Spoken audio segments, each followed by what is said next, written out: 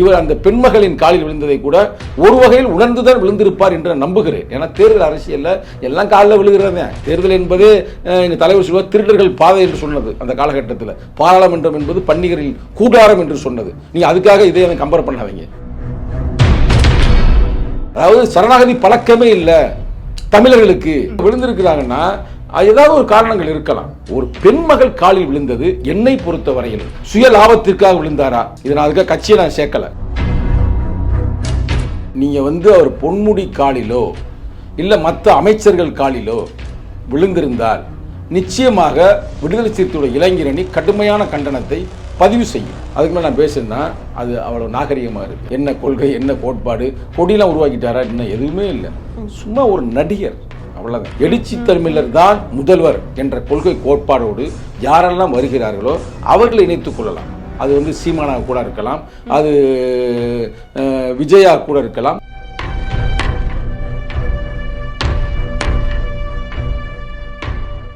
உலக தமிழர்கள் அனைவருக்கும் வணக்கம். இன்றைய நேர்காணலின் சிறப்பு விருந்தினர் விடுதலை சிறுத்தைகள் கட்சியினுடைய மாநில இளைஞரணி செயலாளர் திரு சங்கத்தமிழன் ஐயா அவர்கள். வணக்கம் ஐயா. வணக்கம்.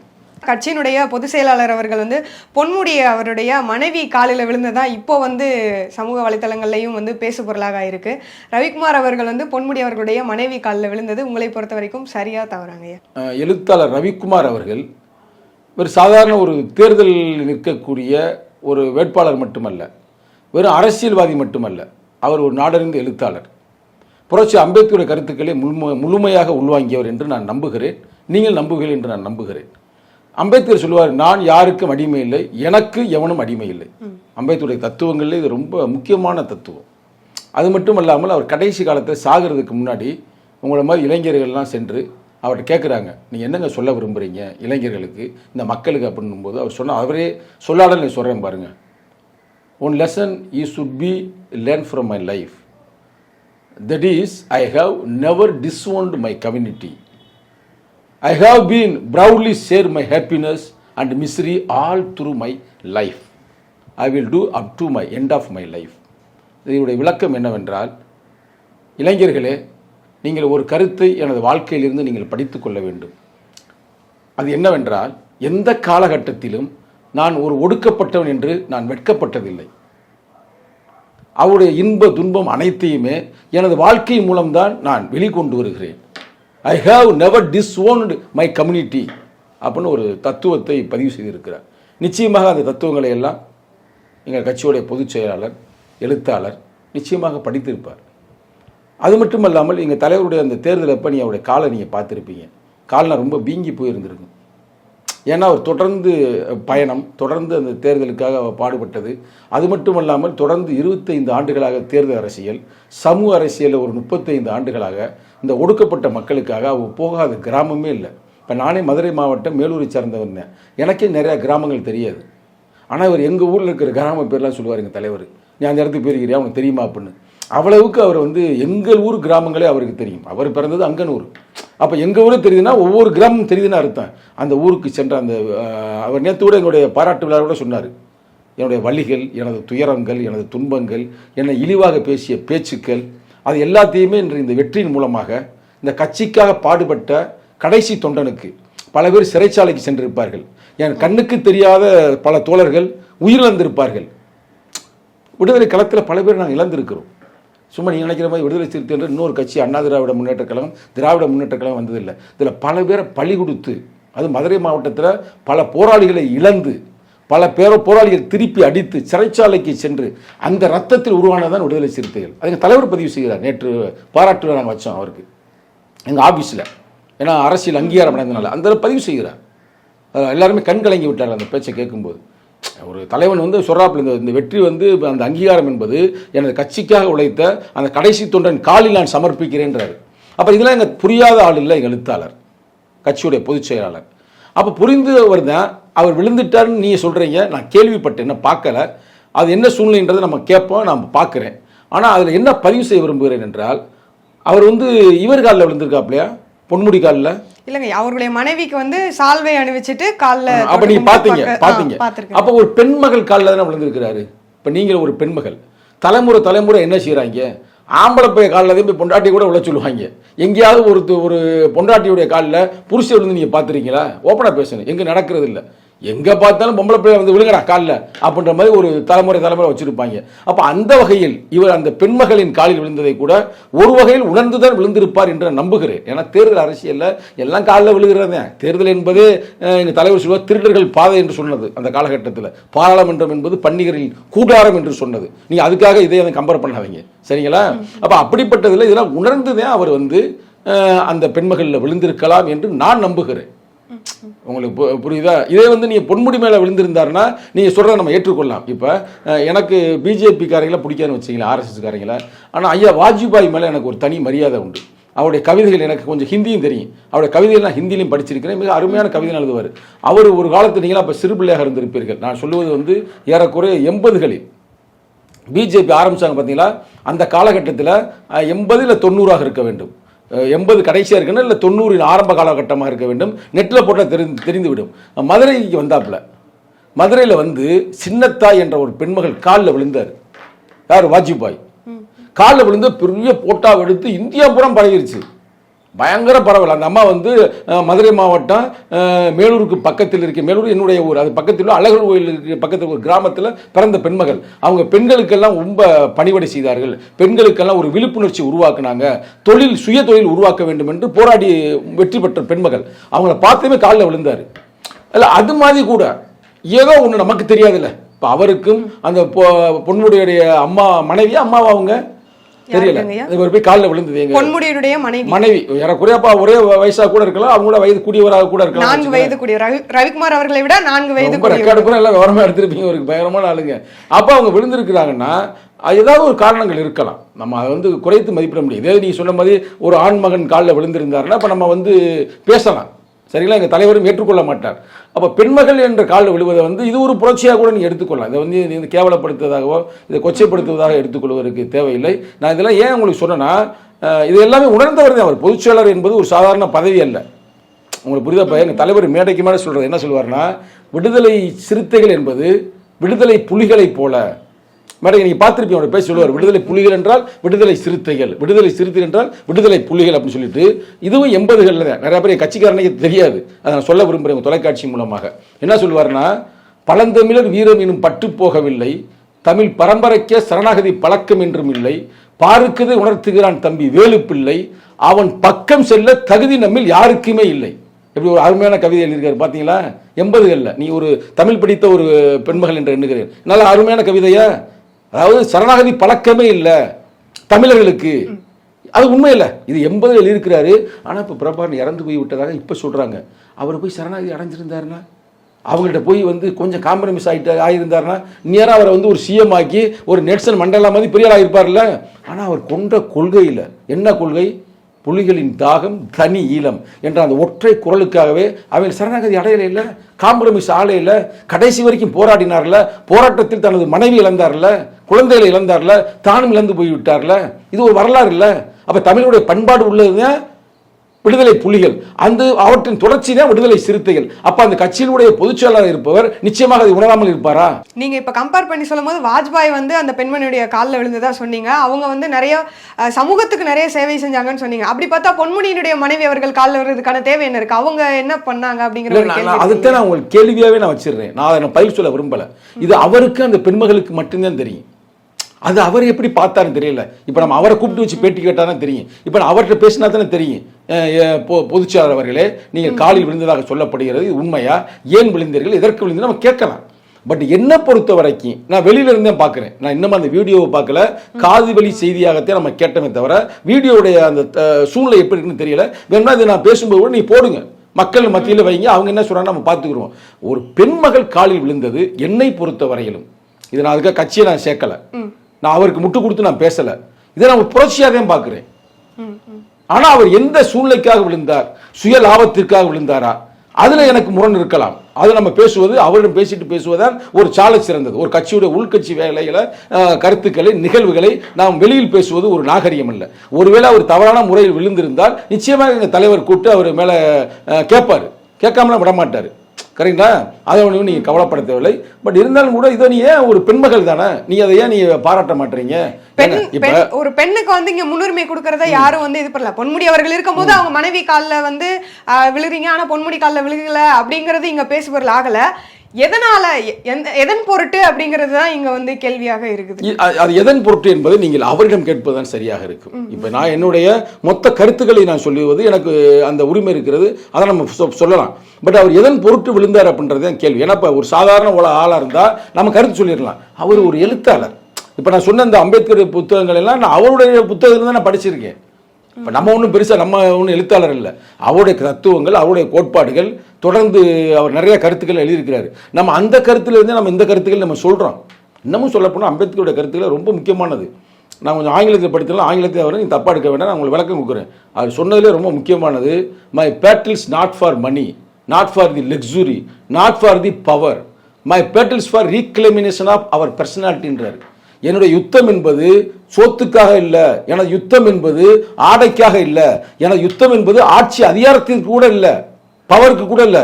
எனது யுத்தம் என்பது என்னை மனுஷனா மதிங்கடா, அதுக்காக நான் போராடுறேன்றாரு. அவ்வளவு பெரிய கோட்பாடுகளை என்னை விட அவர் அதிகமாக உணர்ந்தவர். அப்ப அவர் விழுந்திருக்காருன்னா அது ஒரு காரணம் இருக்கும்ல. அது என்னன்றதை நீங்கள் என்னிடம் கேட்பதை விட நீங்கள் அவரிடம் கேட்பதுதான் சரியாக இருக்கும் என்பது தான் என்னுடைய கருத்து. ஏன்னா இப்போ வந்து சனாதானத்தை ஏற்கக்கூடிய நபர்கள் வந்து ஒருத்தங்களுடைய காலில் விழுறாங்க அப்படிங்கிறப்போ அது வந்து சமூகத்தில் பெரிய பேசுபொருளாக ஆகாது.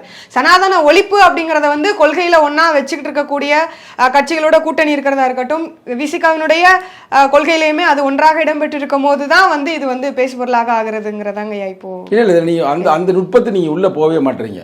நீங்கள் வந்து அவர் பொன்முடி காலிலோ இல்லை மற்ற அமைச்சர்கள் காலிலோ விழுந்திருந்தால் நிச்சயமாக விடுதலை சிறுத்தையுடைய இளைஞரணி கடுமையான கண்டனத்தை பதிவு செய்யும். அதில் மாற்று கருத்தில் நம்ம யாருக்கும் பயந்தவர்கள் இல்லை. விடுதலை சிறுத்தையுடைய இளைஞரணி அட்டானமஸ் பாடி, அதில் எந்த மாற்று கருத்தும் இல்லை. கல்யாணம் ஆனதுமே எல்லாம் வந்து இப்போ மனைவிமார்களை தான் போய் விழுக வைப்பாங்க, பொம்பளைகளை தான் விழுக வைப்பாங்க. ஆம்பளை என்னைக்கு விழுந்திருக்கிறாங்க? ஆம்பளை வேணா போய் விழுந்திருக்கான யாராவது காலில் போய் ஆம்பளைக்கு விழுவேன், ஆட்சி அதிகாரத்திற்காக அதுக்கு விழுவாங்க. ஒரு பெண்மை, அதுதானே வாஜ்பாய் நான் சொன்னேன். ஏன் வாஜ்பாய் நான் கம்பேர் பண்ண தேவையில்லை. அவர் விழுந்து எல்லாமே உலகமே அரண்டு போயிடுச்சு. ஏறக்குறைய அந்த எலெக்ஷனில் அதுக்கடுத்து வெற்றி பெற்றார்கள். ஒரு எம்பி அப்போவே வெற்றி பெற்றார்கள் என்று நான் எண்ணுகிறேன். அண்ணன் பொன்னார் அவர்கள் ஒரு முறை அவர் வெற்றி பெற்றார் எம்பியா. அந்த காலகட்டத்தில் எம்எல்ஏலாம் அப்போ வெற்றி பெற்றார்கள். அந்த ஒரே ஒரு போட்டாங்க, பெரிய கட் அவுட்டாக மதுரைலாம் வச்சாங்க. அப்படியே ஒரு வாஜ்பாய் வந்து அப்படியே காலில் விழுகிற மாதிரி வேணும், நெட்டில் போடுங்களேன் கிடைக்கும். பயங்கரமாக என்ன எடுத்து முன்னாடி போடுங்களேன், அது பயங்கரமாக ஒரு பெரிய ஒரு சர்ச்சை கூட ஒரு சில பேர் சொன்னாங்க, இங்கே பாருங்க அவர் போய் காலில் எல்லாம் விழுகிறாரு அப்படின்னு. ஆனால் அவர் அதை கருத்து சொன்னார். இது நான் சொன்ன அதே கருத்தையும் சொன்னார். நான் காலில் விழுந்தது வந்து ஒரு பெண்மகள், தலைமுறையாக யாரும் வந்து பெண்கள் காலில் விழுகிறதில்லை, அப்படி தான் விழுந்தேன் அப்படின்னு அவர் சில என்ன கருத்துக்களை சொல்கிறார். அந்த பெண்மகள் ஒரு ஒடுக்கப்பட்ட பெண்மகள், ஒடுக்கப்பட்ட சமூகத்திலிருந்து பிறந்தவள், பெண் விடுதலைக்காக போராடியவள் அப்படின்னு அவர் சில கருத்துக்களை சொல்கிறார். அது வரவேற்கக்கூடியது, பாராட்டுக்குரியது, எதிரணியில் இருந்தாலும் கூட. நேற்று வாஜ்பாய் நேற்று நம்ம பிரைம் மினிஸ்டர் மோடியை பார்த்ததுமே நம்ம நிதிஷ்குமார் காலை விழ போறாரு. பார்த்தீங்களா? அதை டக்குன்னு நிதிஷ்குமார் அவர் தூக்கிட்டாரு, விழுந்துடாது அப்படின்னு இது பண்ணிட்டாரு. அந்த விழுக்காடுதல் என்பது ஒரு லாபத்தை கருதி விழுதல். நமக்கு ஏதாவது கிடைக்குமா அப்படின்ற மாதிரி தானே விழுகிறதானே. அதை பொருள் கொள்ளக்கூடாது, அந்த மாதிரி பொருள் கொள்ளக்கூடாது. இது எப்படின்னா வந்து இப்போ வாஜ்பாய் விழுந்தது எப்படின்னா அவங்கள வந்து உண்மையிலே ஒரு மதித்து, நான் அதுக்காக அந்த பெண்மலை சொல்றேன், சின்ன தாய், அந்த மதித்து அவங்க விழுகிறது. இன்னும் ஒரு தாய் காலில் ஒரு பையன் விழுகிறது என்பது என்னை பெற்றெடுத்து வளர்த்து என்னை உருவாக்கினாள் அப்படின்ற முறையில் விழுவது. நீ எத்தனை பேர் இப்போ அம்மா காலெலாம் விழுகிறாங்க, பொண்டாட்டி காலில் விழுந்தா கூட பரவாயில்ல, அங்கேயும் விழுகிறது இல்லை என்னன்னு தெரியல. அது மாதிரி இருந்தால் கூட பாராட்டுவோம், அப்படித்தான் நம்ம பார்க்குறோமே தவிர அவருடைய உள்நோக்கம் என்ன என்பதை நான் மீண்டும் வலியுறுத்துகிறேன். நீங்கள் அவர்கிட்ட என்ன உள்நோக்கம் இருக்குங்க அப்படின்றத அதுக்கு மேலே நான் பேசுனா அது அவ்வளவு நாகரிகமாக இருக்கு. புரட்சிகரமான விஷயம் அப்படிங்கிறத வந்து வெறும் ஒரு பெண்ணுடைய காலில் விழுகிறதுல மட்டும் புரட்சி பேசி என்ன ஆகுங்க ஐயா? இல்லை, அவரே ஒரு புரட்சிகரமான எழுத்தாளர் தானே. இப்போ நீ கேட்குறதே காலில் போய் விழுந்த நீங்கள் புரட்சின்னு சொல்கிறீங்களா, அவர் எழுத்து ரீதியாகவும் ஒரு பெரிய புரட்சியை செய்தவர் தான். ஆரம்ப காலகட்டத்தில் இன்னும் சொல்லப்போனால் தேர்தல் அரசியலுக்கு வருவதற்கு முன்னாலே எழுத்து புரட்சியை உருவாக்கினவர், தலித் விடுதலைக்காக தொடர்ந்து போராடியவர். இப்போ கூட புத்தரை பற்றியெல்லாம் புத்தகம்லாம் எழுதி கொண்டிருக்கிறார். ஒருவேளை ஒரு புத்த பிக்குமை ஆயிட்டாரோ அப்படின்னு கூட சில பேர் நினைக்கலாம். அது எல்லாத்தையும் கடந்துடலாம்ல, அந்த வகையில் கூட விழுந்திருக்கலாம். அது என்னன்றதை வந்து நம்ம வந்து ஓப்பன்லேயுமே விட்டுருவோம். அதுக்கு மேலே நம்ம என்ன சொல்கிறோம்? ஐயா, கட்சி வந்து இப்போ வந்து அங்கீகாரம் பெற்றிருக்கு மாநில கட்சியாக. அதற்கு வந்து தமிழக வெற்றி கழக தலைவர் விஜய் அவர்கள் வந்து வாழ்த்து தெரிவிச்சிருக்காங்க அப்படிங்கிற ஒரு பேச்சும் வந்து வந்தது. ஏன்னா சீமான் அவர்களுக்கும் வாழ்த்து தெரிவிச்சிருக்காங்க, திருமாவளவன் ஐயா அவர்களுக்கும் வாழ்த்து தெரிவிச்சிருக்காங்க. அப்படிங்கும்போது 26ல் இவங்க 2 பேரோட வந்து விஜய் வந்து கூட்டணி அமைப்பார் அப்படிங்கிற ஒரு பேச்சு போகுது. இதை நீங்க எப்படி பாக்குறீங்க?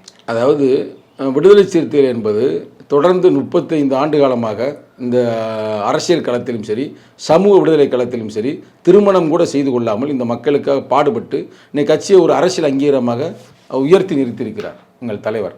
அந்த வகையில் வந்து விஜய் அவர்கள் பாராட்டுகிறார், வாழ்த்து தெரிவிக்கிறார் என்றால் நிச்சயமாக விடுதலை சிறுத்தையுடைய இளைஞரின் சார்பாக நான் நன்றியை தெரிவித்துக் கொள்கிறேன். எங்கள் தலைவர் கூட நேற்று நன்றியை தெரிவித்து விட்டார். நம்ம நன்றியை அவருக்கு நாம் தெரிவிக்கிறோம். அதே காலகட்டத்தில் அண்ணன் சீமான் அவர்களுக்கும் அவர் வாழ்த்து தெரிவித்திருக்கார், அதுவும் பாராட்டுக்குரியது. நீ என்ன சொல்றீங்கன்னா அந்த 3 கட்சியும் ஒருவேளை ஒன்று சேருமா அப்படின்ற மாதிரி கேள்வி நீ கேட்குறீங்க. இல்ல ஏற்கனவே வந்து பேச்சுவார்த்தை எல்லாம் ஓரளவுக்கு முடிஞ்சிருச்சு, முதல் கட்ட பேச்சுவார்த்தை எல்லாம் முடிஞ்சிருச்சு, கண்டிப்பாக இந்த 3 கட்சிகளும் சேர்ந்து கூட்டணி அமைக்கும் அப்படிங்கிற மாதிரி எல்லாம் உறுதிப்பட பேசுறாங்களேங்க. உங்களுடைய விருப்பமான்னு கேட்கிறேன். இல்ல என்னுடைய விருப்பம் அல்ல, பொதுவெளியில பேசுறதான் வந்து அப்படிலாம் எந்த வேணும் பேச்சுவார்த்தை. இங்க பாருங்க, அவர் என்ன கட்சியை வந்து ஆரம்பிச்சிட்டாருங்க, கட்சிக்கு வந்து முதல்ல வந்து கொள்கையை தீர்மானிச்சிட்டாரா, என்ன கொள்கை என்ன கோட்பாடு கொடியெல்லாம் உருவாக்கிட்டாரா, இன்னும் எதுவுமே இல்லை. சும்மா ஒரு நடிகர், அவ்வளோதான். நான் கொச்சைப்படி தப்பா எடுக்க, ஒரு நடிகர் ஒரு அவசரத்தில் ஒரு ஆசையில் ஒரு கட்சியை உருவாக்கி இருக்கிறார். அதை பார்த்துட்டு ஒருவேளை தமிழ் தேசியத்துடைய அவருக்கு ஒரு பிடித்தல் இருக்கலாம். அதனால தமிழ் தேசியத்துக்காக போராடக்கூடிய 2 கட்சி இன்னைக்கு விடுதலையாக தேர்தல் அங்கீகாரத்தை அடைந்திருக்கிறது. அந்த 10 ஆண்டுகளில் எந்த கட்சியுமே ஆங்கலை, அதான் பெரிய பியூட்டி. ஏன்னா இவர் நம்ம பாமக ஆரம்பத்தில் இருந்துச்சு, அது இப்போ இழந்து விட்டது. ஆனால் இப்போ இந்த 2 கட்சியுமே இப்போ வாங்கியிருக்குது அப்படின்ற போது அவர் வந்து அதை பாராட்டுகிறார். தவிர நீ இதுக்காக கூட்டணி அப்படிலாம் போகிறதுக்கு அளவுக்கு நடக்குமான்னு நம்ம இப்போ சொல்ல முடியாது. 2026 எதுவும் நடக்கலாம். ஆனால் ஒன்று உறுதி, வருங்காலங்களில் விடுதலை சிறுத்தை தலைமையில் தான் எந்த கூட்டணியுமே அமையும். அதை மட்டும் நான் உறுதியாக சொல்ல முடியும். அப்போ மற்ற ஒரு தலைமையில் இருக்கக்கூடிய கூட்டணியில் விடுதலை சிறுத்தைகள் வந்து சேராது. விடுதலை சிறுத்தைகள் சேருமோ சேராதுன்றதை நான் சொல்ல முடியாது. அதையும் நீங்கள் தலைவர்கிட்ட தான் கேட்கணும். விடுதலை சிறுத்தையுடைய இளைஞர் அணி வருகின்ற காலகட்டங்களில் குறிப்பாக 2026 எழுச்சி தமிழுடைய தலைமையில் எழுச்சி தமிழர் தான் முதல்வர் என்ற கொள்கை கோட்பாடோடு யாரெல்லாம் வருகிறார்களோ அவர்களை இணைத்துக் கொள்ளலாம். அது வந்து சீமானாக கூட இருக்கலாம், அது விஜயா கூட இருக்கலாம், வேற எந்த கட்சியாக கூட இருக்கலாம். அப்படிப்பட்ட ஒரு சூழ்நிலை தான் அமையும். அப்படின்றத கட்சிக்கே வந்து இளைஞரணி வலியுறுத்தும். ஏன்னா கட்சியுடைய பேரலல் பாடி தான் இளைஞரணி. அப்போ நாங்கள் எங்கள் இளைஞரின் சார்பாக தலைவருக்கு நாங்கள் வலியுறுத்துவோம். நம்ம தலைமையில் ஒரு கூட்டணி மந்திரி சபையோ இல்லை கூட்டணி ஆட்சியோ உருவாக்கலாம், ஆட்சியிலும் பங்கு அதிகாரத்திலும் பங்கு என்று உருவாக்கலாம் என்பதை நாங்கள் வலியுறுத்துவோம். ஏனென்றால் இது எங்கள் கட்சியுடைய முக்கியமான ஒரு செயல் திட்டம். இதற்கு முன்னாடி நம்ம நேர்காணல் பேசும்போது நீங்கள் சொன்னீங்க ஐயா, சீமான் அவர்கள் வந்து தமிழ் தேசியம் பேசுகிறாரு, ஆனால் அதை தாண்டி இன்னும் நிறைய விடுதலையோட கொள்கைகளோட தான் வந்து விடுதலை சிறுத்தைகள் வந்து இயங்கிட்டு இருக்கு. அப்படிங்கிறப்போ வந்து ஒருவேளை கூட்டணி அமைக்கும் பட்சத்தில் சீமான் அவர்களும் விஜய் அவர்களும் வந்து இதுக்கு ஒத்துப்பாங்கன்னு நினைக்கிறீங்களா? ஒத்துக்கிட்ட நாட்டுக்கு நல்லது. இப்போ இந்தியா வந்து ஒரு நல்ல ஒரு வளர்ச்சியான ஒரு நாடாக மாற வேண்டும் என்றால் ஊழலை ஒழிக்க வேண்டும், அதே நேரத்தில் சாதியை ஒழிக்கணும். இல்லை அவர் நிச்சயமாக அதெல்லாம் அவர்கள் ஏற்றுக்கொள்ளாமலாம் இருப்பார்கள், ஏற்றுக்கொள்ள மாட்டார்களா? நான் உங்கள்கிட்ட கேட்குறேன். இல்லை சீமானுக்கு அதில் எந்த குழப்பமும் இருக்காதுன்னு நான் நம்புகிறேன். அவர் சாதி ஒழிப்பில் அவர் தீவிரமாகத்தான் இருக்கிறார். ஏன்னால் அவர் மேதகு பிரபாரனைத்தான் தலைவராக ஏற்றுக்கொண்டிருக்கிறார். சாதி ஒழிப்பில் வந்து பிரபாரன் ரொம்ப கடுமையாக போராடியவர். அது ஏற்கனவே நம்ம தொலைக்காட்சி இதான் ஒரு தொலைக்காட்சி நான் பேசியிருக்கிறேன். அவர் கல்யாணம் பண்ணதே ஒரு கலப்பு திருமணம், உங்கள் தொலைக்காட்சி என்று நான் எண்ணுகிறேன். கலப்பு திருமணம் அவர் செய்தது. அவர் வந்து ஒரு கரையர் எண்ணத்தை சார்ந்தவர். அவர் கல்யாணம் செய்த அந்த அம்மா பிள்ளை மாதிரி சார்ந்தவர், சாதியை சார்ந்தவர். கல்யாணம் பண்ணும்போதே பல பேர் எதிர்ப்பு தெரிவித்தாங்க. அப்பயே 12-13 பேரை துப்பாக்கியில் சுட்டு கொலை பண்ணிட்ட சாதி ஒழிப்புக்காக போராடிதான் வெற்றி பெற்று தான் திருமணமே செய்து கொண்டார். அதுமாதிரி புலிகள் அமைப்பில் எங்கேயுமே சாதியை பற்றி பேசக்கூடாது, சாதியை பற்றி யாராவது பேசினால் கடுமையான நடவடிக்கைகள் எடுத்தார். அந்த ஈழத்தில் வந்து உலகத்திலே எங்கும் இல்லாத ஒரு ஜனநாயகமான கோட்பாடுகள் இருந்தது. நாங்கள் நேரடியாகவே பார்த்திருக்கிறோம், நேரடியாகவே அதோடைய அங்கே இருக்கிற என்ன நடக்குது என்பதை நாங்கள் அறிந்திருக்கிறோம், புரிந்திருக்கிறோம். அவர் தெளிவாக இருந்தார். அப்போ அந்த கோட்பாடில் இருக்கிற இவரும் நிச்சயமாக தெளிவாக இருப்பார். இன்று பாராட்டக்கூடிய இன்னைக்கு அரசியலில் வந்து வரக்கூடிய விஜய்க்கும் அந்த எண்ணம் வரலாம். ஏன் தமிழகத்தில் ஆல்மோஸ்ட் பிஜேபி பாமகவை தவிர எல்லாருக்குமே சாதி ஒழிப்பில் சரியாக தான் இருப்பாங்க அப்படின்னு நான் நம்புகிறேன். விஜய் அவர்கள் வந்து அரசியலுக்கு வரும்போதே வந்து என்னன்னா பெரிதாக விஜய் தான் வந்து அடுத்த முதலமைச்சர் அப்படிங்கிற ஒரு பிம்பத்தை வந்து அவர்களுடைய ரசிகர்களாக இருந்தாலும் சரி எல்லாருமே உருவாக்குறாங்க. அப்படிங்கிறப்போ திருமாவளவன் அவர்களுடைய தலைமையில் கூட்டணிக்கு வந்து வருவாங்களா? அப்படியே இருந்தாலும் கூட, ஏன்னா நீங்கள் வந்து அடுத்த முதல்வராக வந்து திருமாவளவன் அவர்கள் வரணும் அப்படின்னு நீங்கள் ஆசைப்படுறீங்க. இன்னொரு பக்கம் விஜய் வந்து அவருடைய கட்சி சார்ந்து அவர் தான் வந்து முதலமைச்சர் ஆகணும் அப்படிங்கிறப்போ இது எப்படி? ஏங்க அவர் வந்து இன்னும் கட்சியே ஆரம்பிக்கலை, ஏதோ ஆரம்பிச்சோம்னு சும்மா பேப்பரில் ஒரு அட்வர்டைஸ்மெண்ட் கொடுத்துருக்காரு. அவர் ஒரு சினிமா நடிகர், அவ்வளோதானே. அவருக்குன்னு கொள்கையோ கோட்பாடுகளோ எதுவுமே இல்லை. நான் சொல்கிற உண்மையாக போய் விவாதிக்கலாம், சொல்லுங்கள். ஏதோ ஆரம்பிக்கிறேன் அப்படின்னு சொல்லியிருக்காரு. அவரை இருக்கிற ரசிகர் மன்றம் அவர் பின்னாடி நிற்கிறாங்க, சரிங்களா. அப்போ அவர் வந்து முதல்வராகணும்னு ஆசைப்படுறது அவருடைய உரிமை, அவருடைய ஆசை, அதை ஒன்றும் மாட்டுக்கிறது. நாங்கள் ஏறக்குறைய டாக்டர் கலைஞர் கருணாநிதிக்கு அடுத்தபடியாக, இன்னும் செல்வி ஜெயலலிதாவுக்கு அடுத்தபடியாக ஒரு வலிமையான ஒரு பர்சனாலிட்டின்னா எங்கள் தலைவர் தான். இது எல்லாருமே ஏற்றுக்கொள்வார். நீ விஜய்கிட்ட கூட போய் கேளுங்க, அண்ணன் சீமான்கிட்ட கூட போய் கேளுங்க. ஒரு தனிப்பட்ட ஒரு பர்சனாலிட்டி, அறிவுபூர்வமாக எழுத்தாற்றல், சொல்லாற்றல், எல்லாமே மக்களிடம் பழகுகின்ற அந்த பண்பு எல்லாத்துலேயுமே எங்கள் தலைவர் வந்து ஒரு கிரேட் லீடர். அது மட்டும் இல்லாமல் இந்தியா லெவலில் இன்னும் 28 கட்சி வந்து கூட்டணியில் இருக்கிறாங்க. இந்தியா கூட்டணியில் 28 கட்சியில் எங்கள் கட்சி ஒரு கட்சி. அது எவ்வளோ பெரிய சிறப்பு யோசித்து பாருங்கள். நாங்கள் வந்து தமிழ்நாட்டில் மட்டும் இல்லை, உத்தரப்பிரதேசம் போனால் கூட எங்கள் தலைவருக்கு வரவேற்பு இருக்குது. டெல்லியில் போனால் கூட எங்கள் தலைவருக்கு வரவேற்பு இருக்குது. இன்னமும் சொல்ல போனால் அந்த கடந்த தேர்தலில் வந்து கேரளாவில் நாங்கள் நின்றோம், ஆந்திர பிரதேசம் நின்றோம், கர்நாடகாவில் நின்றோம்.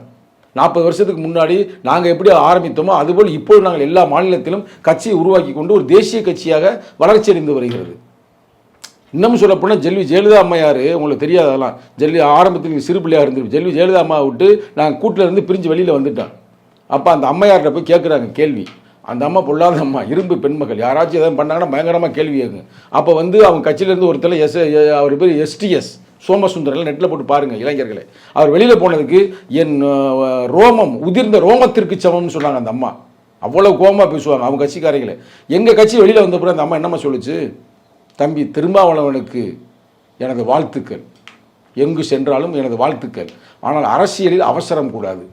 அந்த அம்மா வந்து ஒரு மரியாதையாக கொடுத்து பேசின ஒரே ஆள் எங்கள் தலைவர் தான். அதே நேரத்தில் அந்த அம்மாவுடைய சேரில் உட்காந்துன்னு பாருங்களேன், இங்கிட்ட 1 கிலோமீட்டருக்கு அங்கிட்டு ஆளை உட்கார முடியும், பக்கத்தில் யாரும் உட்கார முடியாது. ஆனால் அந்த அம்மாவுக்கு பக்கத்தில் எங்கள் தலைவர் உட்காந்துருப்பார். நம்ம என்ன போட்டவங்களை தவிர நீங்கள் பாருங்கள், ஆச்சரியப்படுவீங்க. நீங்கள் பார்த்துட்டு நெட்டில் பார்த்துருப்பீங்க, ஜெயலலிதா எங்கள் தலைவர் பக்கத்தில் பக்கம் உட்காந்து பேசிக்கிருப்பாங்க. அவ்வளோ ஒரு எங்கள் தலைவர் மேலே ஒரு சொந்த தம்பியை போல் மரியாதை வைத்திருந்தார். நம்ம டாக்டர் கலைஞர் கருணாநிதி ஐயா அவர்கள் மேடையிலேயே இப்போ தான் வந்து பல கூட்டணி வந்துருச்சு. ஆரம்ப காலகட்டத்தில் எங்கள் தலைவர் வந்து லெஃப்டில் இருப்பார், ரைட்டில் ஐயா வீரமணி இருப்பார், ஆசிரியர் வீரமணி. கலைஞர் கருணாநிதி சென்றில் இருப்பார். அவ்வளவுக்கு அந்த காலத்திலேயே வந்து பெரிய அங்கீகாரம் அடைக்கப்பட்ட ஒரு தலைவரே எங்கள் தலைவர். மேதகு பிரபாகரனிடம் கடைசியாக சந்தித்த ஒரே தலைவர் எங்கள் தலைவர் தான். கடைசியாக யூனிஃபார்மோடு அவர் இருக்கும் பொழுது இவர் போய் உட்கார்ந்து பேசிட்டு வந்தது எங்கள் தலைவர் தான். இவ்வளவு வரலாற்று சிறப்புமிக்க எங்கள் தலைவர் வருகின்ற 2026 நிச்சயமாக முதல்வதற்கான வாய்ப்புகள் இருக்கிறது. அதை ஏற்று, அந்த கோட்பாடுகளை ஏற்று யார் யார் வருகிறார்களோ அவர்களை அழைப்போம். இது எங்கள் தலைவருடைய நிலைப்பாடு அல்ல, விடுதலை சிறுத்தையுடைய இளைஞரணியுடைய நிலைப்பாடு. நீங்கள் பாட்டுக்கு தலைவர் சொன்னார் நீங்கள் தப்பா எடுக்கக்கூடாது. எங்களுடைய எண்ணம், எங்களுடைய ஆசை, அது வருங்காலத்தில் நிறைவேறுமே தவிர நாங்கள் போயிட்டு நீ யாருக்கும் சேருவதற்கான வாய்ப்புகள் இல்லை. அந்த காலங்கள் எல்லாம் முடிந்து போய்விட்டது. இப்போ கட்சி அங்கீகாரம் அடைந்து விட்டதில்லை. இப்போ நாங்கள் வந்து எல்லாமே கொள்ளுகிறாங்க, சும்மா போகிற போக்கில் அடிக்கிற கட்சி இல்லைங்க. அமைப்பாய் திரளுவோம், அங்கீகாரம் பெறுவோம், அதிகாரம் வெல்வோம்ன்றது எங்கள் முழக்கம். முதல்ல ஒரு அமைப்பாய் திரண்டான் விடுதலை சிறுத்தைகள்னா, முதல்ல என்னமோ உதிரியாக இருந்தான். திடீர்னு இப்போ மாநாடு நடத்தினோம்ல, பார்த்தீங்களா திருச்சியில் எவ்வளோ பெரிய கூட்டம். யார் இப்படி நடத்த முடியுமா? யார் மாநாடு நடத்தினாலும் பிரியாணி கொடுக்கணும், இல்லை குவார்டர் கொடுக்கணும், இல்லை 1000 ரூபா கொடுக்கணும், இல்லை 500 ரூபா கொடுக்கணும், அப்போ தான் வருவாங்க. நான் சொல்கிறேன் யதார்த்தம், எல்லா கட்சியும் தான் சொல்கிறேன், நீ தப்பா எடுக்க வேணாம். ஆனால் நாங்கள் எதுவுமே கொடுக்காம கூப்பிட்டோம், பல லட்சம் பேர் வந்தாங்க பார்த்தாங்க, ரைட்டா? அது வந்து அமைப்பாய் திரளுதல். இப்போ தேர்தலில் 2 பேர் வெற்றி பெற்று சொந்த சின்னத்தில் அங்கீகாரம் அடைந்து விட்டோம். அப்போ அமைப்பாய் திரளவும் அங்கீகாரம் முடிஞ்சு விட்டது. நீ அதிகாரத்தை வெல்றதான, அந்த அதிகாரம் என்ன? அதே ஆட்சி அதிகாரம். அதை நோக்கி பயணிக்க போகிறோம். நாங்கள் சும்மா நேத்துல பேஞ்சில் இன்னைக்கு முளைத்த காலம் அல்ல. கொள்கை கோட்பாடு தெளிவோடு அங்குலம் அங்குலமாக வளர்ந்தாலும் அழுத்தம் திருத்தமாக வளர்கிறோம். இப்போ சனாதனத்தை தூக்கி பிடிக்கக்கூடிய கட்சிகளோ இல்ல அது மாதிரியான கட்சிகள் கூட சாதியை பத்தி பேசுறது கிடையாது. ஆனா சாதி ஒழியணும், சாதி வந்து யாரும் பார்க்க கூடாது அப்படின்னு பேசக்கூடிய கட்சிகள் தான் மேடை போட்டு எல்லா இடங்கள்லயுமே சாதியை பத்தி பேசிக்கிட்டே இருக்காங்க அப்படிங்கிற ஒரு பேச்சு வந்து இருக்குது. நல்ல கேள்விதான். நேரடி எங்களை கேக்குறீங்க, கேளுங்க. இல்ல உங்களை இல்ல, பொதுவாகவே கொள்கையில பொதுவான கருத்தை நான் சனாதனத்தை எதிர்க்கக்கூடிய இண்டிவிஜுவலான கருத்தை சொல்றேன். இப்போ வந்து ஒரு ஆளுக்கு கொரோனா வந்துருச்சு. இப்போ வந்துச்சு கொஞ்சம் நாளைக்கு முன்னாடி, நம்மளாம் வீட்டெல்லாம் பூட்டிவிட்டு பிஸ்னஸ்லாம் அடியாயிருச்சு. உங்களாம் என்ன சிக்கல்னு தெரில, எங்கெல்லாம் பெரிய வீழ்ச்சி ஆயிடுச்சு. அந்த கொரோனா வரும்பொழுது ஒருத்தன் கொரோனா வந்துருச்சுன்னா கொரோனா வந்துருச்சுன்னு சொல்லித்தானே ஆகணும். சொல்லாமல் இருக்க முடியாதுல்ல, அதுக்கான ட்ரீட்மெண்ட்டை கொடுத்தா தான் ஆகணும். அப்போ தான் கொரோனாவிலிருந்து அவர்களை வந்து அதாவது நீக்கி ஒரு நல்ல ஒரு உடல்நிலை உருவாக்க முடியும். அது மாதிரி சாதி இருக்குன்னு சொல்லித்தான் ஆகணும். சாதி பிரச்சனை இருக்குது, 2 சுடுகாடு இருக்குது, 2 இரட்டைக்குவளை சிஸ்டர் இருக்குது, 2 வாழ்விடங்கள் இருக்கிறது, சேரின்னு இருக்குது, ஊருன்னு இருக்குது. அது சொன்னாத்தானே சரியாகும். இதுக்கு அம்பேத்கர் நாங்கள் பேசுவோம். எங்களுடைய கொள்கை கோட்பாடு எல்லாமே புரட்சி அம்பேத்கர் கோட்பாடு. அவர் என்ன சொல்கிறாரு, ஒரு அடிமையை அடிமை என்று சொல், அவன் புரட்சி செய்வான். தத்துவம்ங்க, அவர் சொன்ன தத்துவம்ங்க. ஒரு அடிமையை அடிமை என்று சொல், அவன் புரட்சி செய்வான். அதை சொல்கிறான். ஆனால் மற்றவை சொல்கிறதுல அது அர்த்தம் இருக்குது. அது நக்கல் பண்ணுறது, அது கேவலப்படுத்துறது, அது இழிவுபடுத்துறது. நாங்கள் அப்படி இல்லட்டே, நீ தலைமுறையாக நீ வந்து நல்ல ஒரு இதில் வந்தவன்டா, இப்போ ஏன் இவ்வளோ கருத்தை நீங்கள் கேட்குறீங்க, காலில் விழுந்தார், அது விழுந்தார், இது விழுந்தார்னு கேட்குறீங்க. நான் அந்த நேரத்தில் அதுக்கும் ஒட்டி நான் இதுக்கும் ஒரு கேள்விக்கு நான் சேர்த்து ஒரு பயிரை சொல்லுகிறேன். நீங்கள் வந்து புரட்சி அம்பேத்கரை நீங்கள் பார்த்துருப்பீங்க, போட்டா பார்த்து என்ன ஒரு கம்பீரம், என்ன ஒரு கோட்டு சூட்டு, நல்லா ஜம்முன்னு இருக்கு. அதற்கு முன்னாடி இரட்டமலை சீனிவாசனை பார்த்துருக்கிறீங்களா? போட்டால பாருங்கள். அயோத்தியாச பண்டிதரை பார்த்திருக்கிறீர்களா? MC ராஜாவை பார்த்திருக்கிறீர்களா? தந்தை சிவராஜை பார்த்திருக்கிறீர்களா? இவரெல்லாம் பெரிய ஒரு அறிவு பரம்பரை. அந்த பரம்பரையில் தான் எழுச்சி தமிழர். உங்களுக்கு புரியுதா?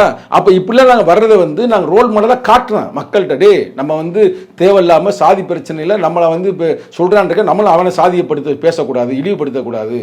கரெக்டாக நம்ம அதுலேருந்து எப்படி வெற்றி பெற்று வர வேண்டும். நம்ம போய் எவனையும் அடிக்கக்கூடாது, அது தப்பு. ஆனால் அடித்தவனை திருப்பி அடிக்கணும்ல, வேடிக்கை பார்த்து இருக்க முடியாதுல்ல. அதுதான் அடங்க மறு அத்துமீறு திமிரியலு திருப்பி அடிங்கன்னு சொல்கிறோம். அப்போ வந்து நாங்கள் சொல்லித்தான் நாங்கள் அடிக்கிறவன அட்ரா அப்படின்னு மண்டையை கொடுத்துட்டே இருக்க சொல்கிறீங்களா? அதுக்காக பழிக்கு பழி வாங்குறது எப்படிங்க ஐயா சரியாகும்? அதுவும் கூட ஆரம்ப காலகட்டத்தில் சொல்லப்பட்ட முழக்கம் தான். அந்த முழக்கம் வந்து ஆரம்ப காலகட்டத்தில் 40 சொல்லப்பட்ட முழக்கம். ஆனாலும் கூட இன்றைக்கு அந்த பரிணாம வளர்ச்சியில தான் 2010 இதை சொல்றாரு, அமைப்பாய் திரளுவோம், அங்கீகாரம் பெறுவோம், அதிகாரம் வெல்வோம் என்றது. அமைப்பா இருந்தா அடிக்க மாட்டாங்க. பெஸ்ட் ஆர்மி இஸ் பெட்டர் தென் பார்டர்ன்றாரு புரட்சி அம்பேத்கர். நீ ஒரு நல்ல வலிமையான ஆளா இருந்தா உன்னையே அடிக்கிறேன். பலியிடப்படுவது ஆடுகளைத்தான், சிங்கங்களை இல்லைன்றாரு அம்பேத்கர். பழி யாரை போய் பலியிடு? ஆட்டைத்தானே பலியிடுவாங்க. இப்போ கோயில் வைக்கிறோம், ஆட்டை வெட்டுறாங்க, சிங்கத்தை வெட்ட முடியுமா? வெட்ட முடியாதுல்ல, கடிச்சு போடும்ல. அப்போ அதுதான் சொல்ற, அப்போ சிங்கமாக இரு அப்படின்ற. அதுதான் எங்கள் தலைவர் சொல்றாரு, இனியும் நாங்கள் ஆடுகள் அல்ல, இளிச்சவாய கூட்டமும் அல்ல, சீரிப்பாயும் விடுதலை சிறுத்தைன்றாரு. அப்போ நான் எல்லாமே ஒரு கோட்பாடு ரீதியாக தான் வர்றேன். அந்த கோட்பாட்டை தட்டி எழுப்ப வேண்டிய பொறுப்பு எங்களுக்கு இருக்கு. நீங்க பாருங்க நெறியாளர் அவர்களே, மக்களே, சேரியை ஒழிச்சிருங்க, இரட்டைக்கொலை சிஸ்டத்தை அழிச்சிருங்க, 2 சுடுகாடை எடுத்துருங்க. சூப்பர். அது செய்வதற்கு ரெடியாக இருக்காங்களா? ரெடியாக இருந்தால் நாங்களும் எங்கேயும் பேசவே இல்லை, நாங்கள் அமைதியாகிடுறோம். அப்போ அமைதியாக இருக்க முடியாது. இப்போ ஏன் பள்ளிக்கரணையில் ஒருத்தனை வெட்டினாங்க? கலப்பு திருமணம் செய்த ஒரே காரணத்துக்கு ஆணவ கொலைக்காக வெட்டுறாங்க. இன்னமும் வேங்கை வயலில் வந்து மலத்தை களைஞ்சவனை இன்னும் கண்டுபிடிக்க முடியலை தண்ணிக்குள்ளே. இன்னமும் மேல்பாதியில் வந்து கோயிலுக்கு சாமி கூட கூட்டி போக முடியல. ஒரு சின்ன பையனை படிச்சான்றதுக்காக சின்னத்துறை அவன் பேர் வாயிலே வெட்டுனாங்க இங்கே திருநெல்வேலியில். இப்போ படித்தவன் முன்னேறி பெரிய ஆள் ஆகிட்டான். பார்த்தீங்களா? பார்க்கலையா? அவனை போய் பேட்டி கேட்குறாங்க, உங்களை போய் நெறியாளர் பேட்டி கேட்குறாங்க, என்னப்பா சொல்ல விரும்புகிற அப்படின்னுமே. என்ன மாதிரி அந்த பையனையும் படிக்க சொல்லுங்க. யாரை? வெட்டினவங்களையும். அப்போ எவ்வளோ பெரிய சித்தாந்தம் இதுதான். திருப்பி அடி. திருப்பி அடி என்பது கம்பை வைத்தோ, கல்லை வைத்தோ, துப்பாக்கியை வைத்தோ, இல்லை அருவாளை வைத்தோ அல்ல. கொண்ட கொள்கையில் படித்து முன்னேறி அது மூலமா அடிக்கிறாப்ல இல்ல சின்னத்துறை. அவர் தான் ஒரு எக்ஸாம்பிள். கொண்ட கொள்கையில் உறுதியை காட்டுறார் அவரு. அதே சிறப்பு. நாங்கள் அப்படிதான் இளைஞர்களை வழி காட்டுகிறோமே தவிர நாங்கள் எங்கேயும் சாதி வரியை தூண்டவில்லை. உங்களுடைய நேரங்களை ஒதுக்கி எங்களுக்காக செலவிட்டமைக்கு நன்றிங்க. நன்றி, வணக்கம்.